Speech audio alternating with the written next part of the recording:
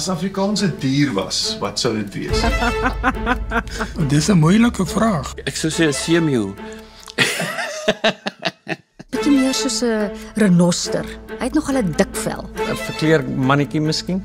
Ek dink 'n itermagog. 'n seekat. Jy kan hom nie in 'n bottel sit en dink hy gaan nie daar uitkom nie. 'n misseljatkat dink ek. Want Afrikaans is skelm genoeg. Hy gaan oorlewe. Afrikaans is energie. Afrikaans is kwai. Afrikaans is koi. Hy's San. Hy's Nederlands. Hy's Malay. Hy is mens. Afrikaans is die grond. Afrikaans is die stof en Afrikaans is deel van wie ons is. Daai is 'n goeie vraag. Sien ek myself as 'n Afrikaner? Ja.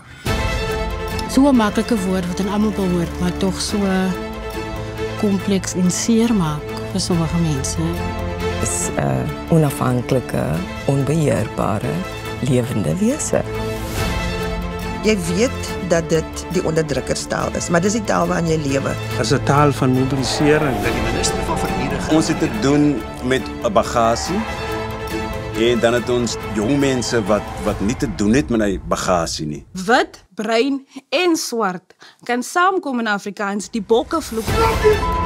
Ons praat dieselfde taal, jy praat met anders. Daar's Kaaps, daar is Arabiese Afrikaans, daar is Khoi Afrikaans. Afrikaans het werk nodig.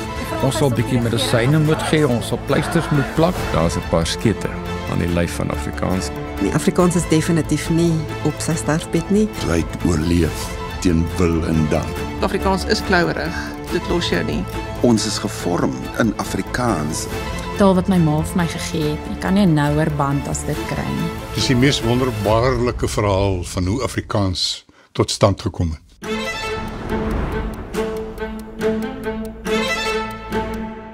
Eureka, 40 jaar trots, Suid-Afrikaans.